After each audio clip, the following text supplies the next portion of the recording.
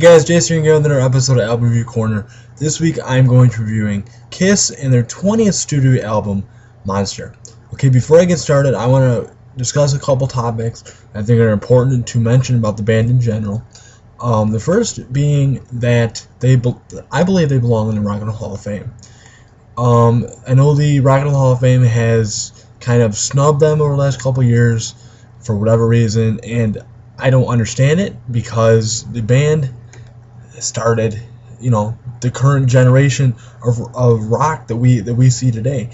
Part of their stage show. A bunch of the bands today want the same kind of success that Kiss has had. So I think it's important. I don't understand why they are boycotting them, but hopefully they get in the future here. Let me get to the album review now. Alright, so like I said, this is Kiss's 20th studio album. It features, it's the second album that with the current members, which feature Eric Singer and Tommy Thayer. Okay, and basically this album was produced by Paul Stanley.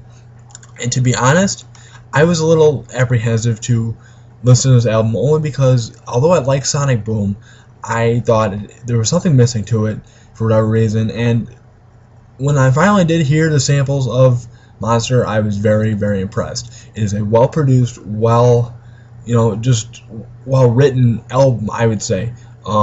Kiss is not known for their flashy lyrics, and as I'm going to mention, some of these lyrics are a little bit confusing.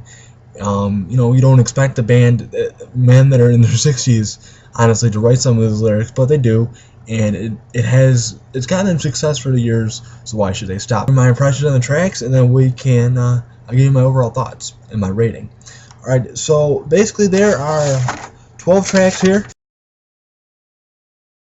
Hallelujah, which they played on tour with Motley Crue this summer for the tour 2012. And when I heard the song live, I didn't really know it, honestly.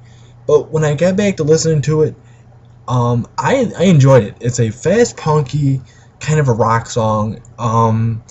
It's like I said, this is where the confusing message comes in. Just because you don't expect to hear a band that guys are in their 60s playing this type of let's rebel. This is what this is.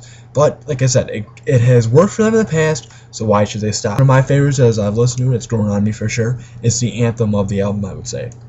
And the next song is Wall of Sound, and to me this is a Gene Simmons song. To me this song reminds me of Love It Loud, or it's got similar riffs and all this, and it's a very dark, and if you're a hard rock fan, this whole album, you will enjoy this album for sure. Alright, and the third song here is very inspirational for me. As some of you guys may know, I have cerebral palsy, okay, and just this song is about, don't be afraid, don't be intimidated when other people look at you. Like, for example, I walk through a store with my parents or whatever, and sometimes I get weird looks, and I have grown to kind of accept those and just be like, oh, hi, how are you, whatever, and just look past it. And this song is basically saying it's cool to be different in some ways, and it's, to me, one of the best songs is a Paul song. So let me just give a shout out to Paul. Great job, Paul. Alright, the fourth song here is Back to the Stone Age. It's another Gene Simmons song. To me, it's kind of about Gene wanting to go back in time, as a lot of other people do. Just technology-wise, just because we've gotten so far ahead with this digital recording of music and downloading ebooks and whatever, and cell phones and smartphones. But where Kiss has taken a route on this album, especially, they recorded this all on analog, and it just gives it a raw feel. And this is kind of what I think Gene is he wants here, and this song is about. He wants to just go back and enjoy the simpler times. Just want people to enjoy the simpler times, and just appreciate music, I would say too.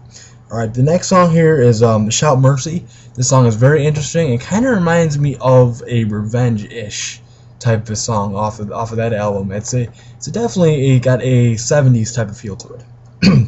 All right, the next song here is "Long Way Down," and you can definitely hear the band's influences. It's kind of a Led Zeppelin feel. It's a very good song.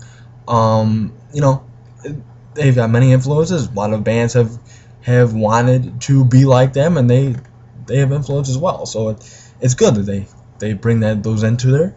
All right, the seventh song here is "Eat Your Heart Out," and this, to me, honestly, this song has been stuck in my head all day after listening to this album earlier and the last couple of weeks and whatever. I love the open a cappella vocals, and it just shows the band's diversity, honestly, because a lot of people don't think they can do this. A lot of people don't, want to criticize them as musicians, which I completely disagree. But you can have your own opinion. All right, the eighth song here is "The Devil Is Me." It's a Gene Simmons song. To me, it embodies Gene because Gene is known as the demon. It just embodies him, and it's it's a rough and tumble song, and I really enjoyed it. The ninth song here is "Out of This World." The tenth song here is "All for Love of Rock and Roll," and this is Eric Singer with this song. And this song is basically another appreciate what rock has given you. Just kind of biography of a rock star. The 11th song here is the most sexual song on the album, "Take Me Down Below," and this is again pure sex. It's a Paul and Gene song. It's basically where they treat off lines, and they are talking about a girl, girls, and just I love it. It's one of my top 2-3 favorite songs on the album.